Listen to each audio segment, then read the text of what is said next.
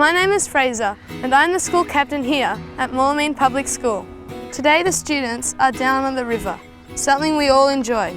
We all live in Moulamein, a small town in southwestern New South Wales with a population of about 500 people.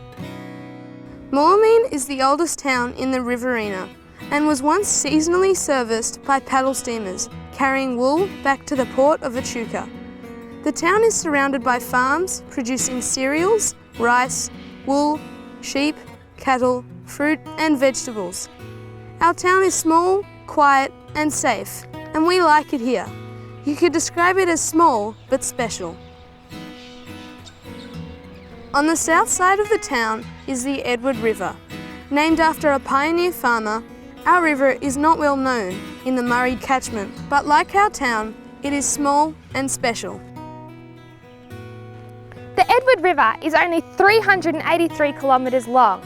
It flows out of the Murray River south of Deniliquin near Mathaura, and it flows into the Warcool River just west of Moulamein. Well, the Edward River is really important. It's important to all of society, so that includes agriculture, that includes country people, city people, and also includes Aboriginal people.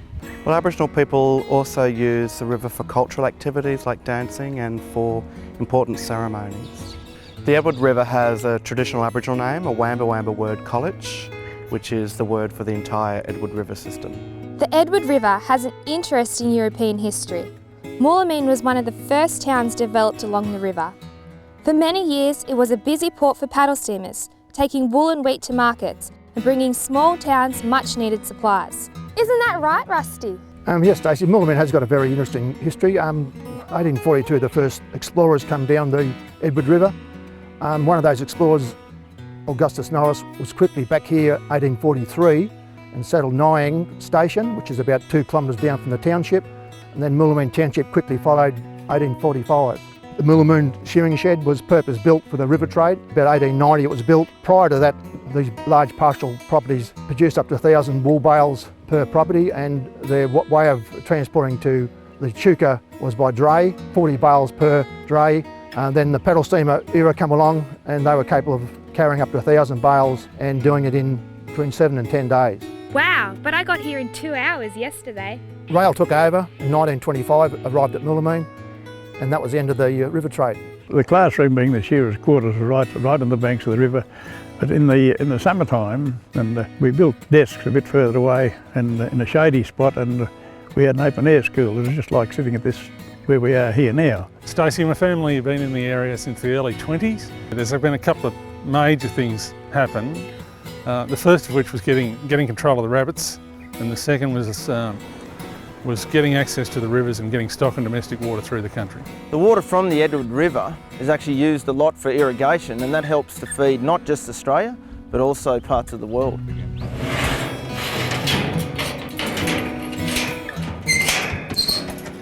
I come from an irrigation farm and we need water to grow all sorts of things. My farm's a dryland wheat and wool property. We run about 50,000 acres out here west of Moulamein. The river's important to us because we get our stock and domestic water, and we also irrigate country for lamb and wool production. So we also produce from the Edward River a lot of wheat. We also produce a lot of sheep and beef. And if you add all of these things together, the Edward River could possibly feed 50 million people. So that's double the amount of people in Australia in one day. Well, the river and forests provide everything. They provide medicinal plants, they provide resources for weaving. They're like our supermarket. Well, there's a lot of rice production that's produced, and for one instance, in Deniliquin alone, 30 million plates a day of rice can come out of that, out of a single rice mill. My family are farmers and need water for our animals and veggie gardens. The river is the best way to cool off on a hot summer's day. The scenery is fantastic, especially at sunrise and sunset. Students certainly understand the importance of the river and the role it plays in their lives. The river is a terrific place for boating and camping. We have a huge river red gum near our school that is 11 metres wide and supposed to be over 300 years old, so it was around before Captain Cook first came to Australia. It is a great place to go fishing and is home to a special native fish. I want to get a bit closer to the river. Robert's here is going to help me out.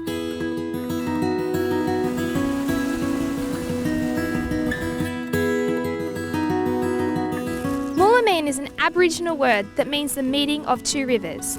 The Billabong Creek and the Edward River join up near the town. Well, I like to fish. It's a great tourist thing for the local town, which brings people here because everyone likes to go fishing. So you've got really, really big fish like the mighty Murray cod that can grow basically to about this big. But you've also got a lot of small fish that will only grow to this big. And it's important that we have all of these fish within the system. So the Edward River is really special like that. This is actually really important that we have all these bark and all these twigs and all of these leaves floating in the water, because eventually that breaks down and that's what feeds the fish. There will be certain bugs that will eat that, and then shrimps and yabbies will start to eat it as well in the bugs, and then the fish are eating the bugs and eating the shrimp and the yabbies. It's really important, the river, to a lot of birds, to a lot of frogs, to a lot of small mammals like gliders. There's also birds that are rarer and hide out a lot more, like Nankeen night heron is one of them. So the river supports an important farming economy and the local environment. The river is also very important for our homes and towns. Even our school needs water for washing and drinking. We need water to brush our teeth, flush the toilet and have a shower. We need water to wash clothes, do the dishes and clean the cars. To make our town look nice, we need water for our gardens.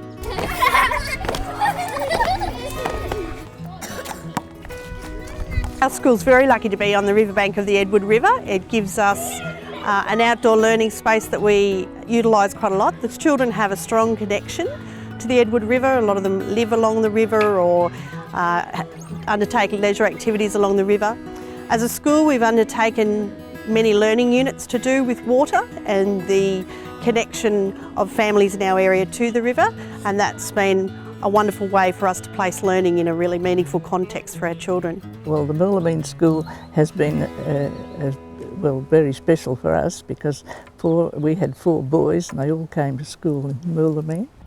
So the Edward River is what we call a multi-use river. It is used by farmers, irrigators, visitors, native animals, fish and plants, students, homes and gardens. The river provides beauty, inspiration and quiet places. Bird life is terrific and the trees are beautiful, and it's always somewhere nice to go in the summertime and get a little bit of cool air.